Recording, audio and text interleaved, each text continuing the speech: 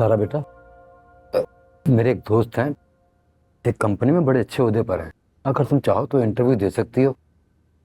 काम मुश्किल नहीं है, माहौल भी बहुत अच्छा है कंपनी का। अबू, अब मुझसे नहीं होगा। मुझसे जॉब अब नहीं हो पाएगी। तो बेटा क्या सारी जिंदगी ऐसे ही गुजार दोगी? ना काम ना पढ़ाई मुकम्मल, ना घर से बाहर आना जाना। घर में बंद रहकर बैठे रहना कोई मसले का हल तो नहीं है ना।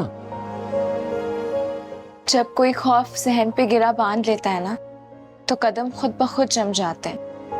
बाहर निकलना, लोगों से मिलना, बातचीत करना, सब कुछ बहुत मुश्किल लगता है। ऐसा लगता है कि जो शख्स भी मिलेगा वो वैसा ही होगा। काश मैं उस वक्त बोल लेती, फिर जो भी नतीजा होता भुगत लेती। इस तरह अपने आप से नफरत तो ना करती।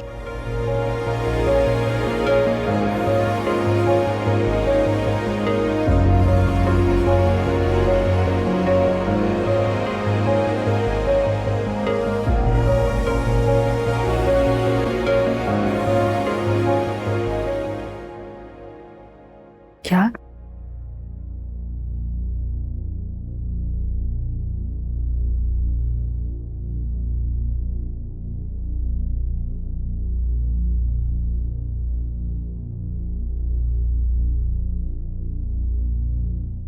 तुम्हें पता है नाजिश के वालिद को हार्ट अटैक हुआ है और वो आईसीयू में है और उनकी हालत कुछ बेहतर नहीं है।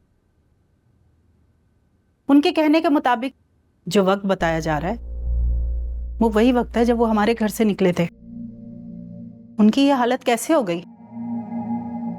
फरहाद, तुमसे बात कर रही हूं। मुझे लग रहा है कि तुम्हें कोई फर्क नहीं पड़ रहा। मुझे क्या फर्क पड़ेगा?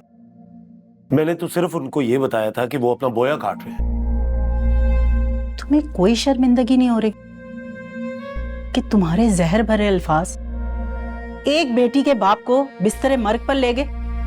मेरे अल्फाज उनकी बीमारी की वजह नहीं बने माँ।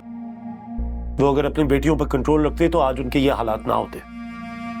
बेटियों पर कंट्रोल रखना तुम किसे कहते हो? उनको अच्छे बुरे की तमीज सिखाना, उनको सही गलत के बारे में बताना, उनके रिलेशनशिप्स या उनकी जो भी आदत है उसमें उनकी मैच्योरिटी लेके आना, ये सारी उनकी जिम्मेदारी थी ना। तुम ठीक कह रहे हो। नाजिश वाकई रिलेशनशिप में मैच्योर नहीं है। उसने और इसके घर वालों ने तुमसे कभी बदतमीजी नहीं की। नाजिश ने भी कभी बदतमीजी नहीं की।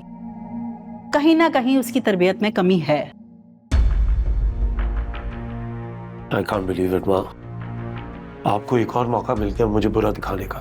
बहरहाल जो कुछ भी है, अगर तुम में जरा सी भी इंसानियत है तो तुम हॉस्पिटल चले जाओ। हो सकता है कि तुम्हारे और नाजिश के दरमियान जो... माँ, मुझे एक बात सच सच बताइएगा, क्या मैं वाकई आपका बेटा हूं? क्योंकि आप तो हर बात का कसूरवार मुझे ही ठहराती है। माँ, कभी कभी तो मुझे लगता है कि आपके दिल में कभी मेरे लिए जगह ही नहीं थी। काश तुम अपनी जिंदगी को एक बार देखते और समझते कि मेरे दिल में तुम्हारे लिए कितनी जगह। कैसी जिंदगी माँ? वो जिंदगी जो मैंने एक बाप के बगैर गुजारी, वो जिंदगी जो आपके गलत फैसलों की वजह से मुझे महरूमी का शिकार रहना पड़ा।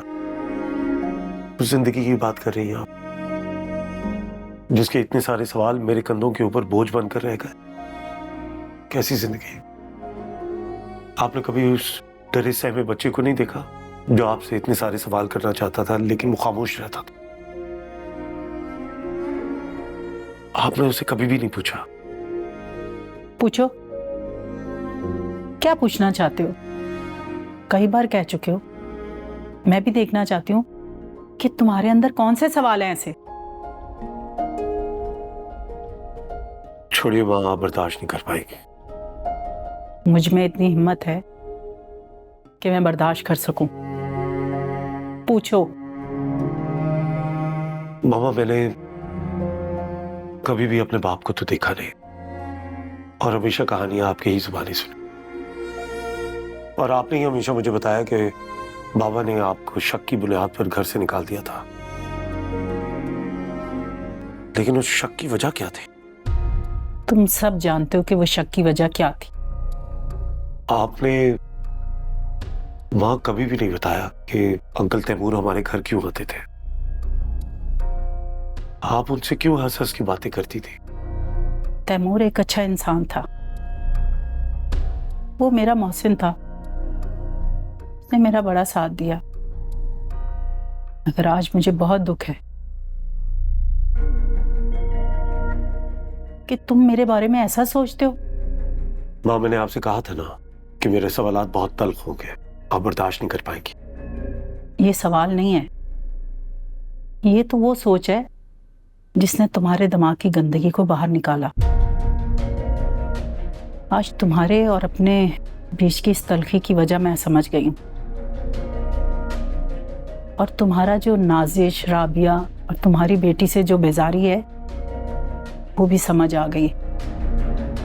अच्छी बात है अगर आज आप जान गए हैं कि आपके गलत फैसलों की वजह से मेरी शख्सियत पर कितना गहरा असर पड़ा है। मगर अफसोस तो इस बात का है मां कि आज आपके पास मुझे देने के लिए कोई जवाब नहीं है जो मुझे मुतमईन कर सके। अपने किरदार के बारे में सफाई तो कभी तुम्हारे बाप को भी नहीं दी। तुम्हें जो महसूस होता है वही सच्चाई है, और इतना जरूर जानती हूं तो एक ना एक दिन तुम अपने अल्फाज पर शर्मिंदा जरूर होगे। मुझे इस बात का दुख नहीं कि तुम मेरे बारे में क्या सोचते हो, अफसोस इस बात पर है कि जो मैंने अपनी जिंदगी तुम पर निछावर की, तुमने उसे दागदार कर दिया।